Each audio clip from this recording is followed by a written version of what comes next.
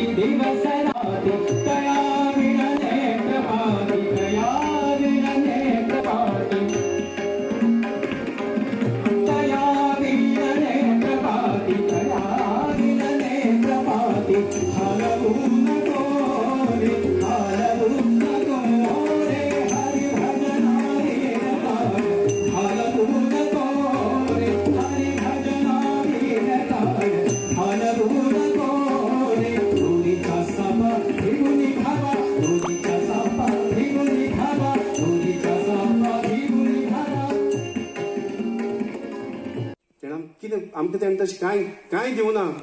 आमकां तेणें मार्ग दाखयलो, आमकां वाट दाखयली, वाट लावना, वाट दाखयली आनी विचार बरोवन दवरले। ते आमी साद्यत ते वाचपा जाय आनी ते जे सहवासान रावला म्हण ते आमी विचार करून फुडें वचपा जाय। आनी तेच जशें विजय सरान सांगलें की संस्कार म्हत्वाचे। संस्कार जे आसा ते खरेंच म्हत्वाचे आनी संस्कारा शिवाय आमी कोण फुडें वचूं शकना। आनी आज जर समाजाक मान मेळटलो, जे संस्कार आसा ताकाच मान मेळटा। पूण हांव तुमकां विनंती करता, तुमी जी गोश्ट सांगली ते फक्त प्रायज मेळ म्हणून घेवं नाका। घरा कडेन तें चिंतन करा, आई कडेन चर्चा करा।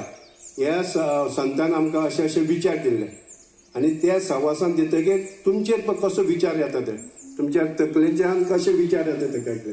पूण तुमचें हांव अभिनंदन करता, तुमकां शुभेच्छा दिता आनी म्हाका उशीर जालो त्या बद्दल हांव दिलगिरी व्यक्त करता। कारण खूब जाण सरी खूब वेळा वयता हांगासरच्यान हे पालये आनी ताका 12 किलोमीटर।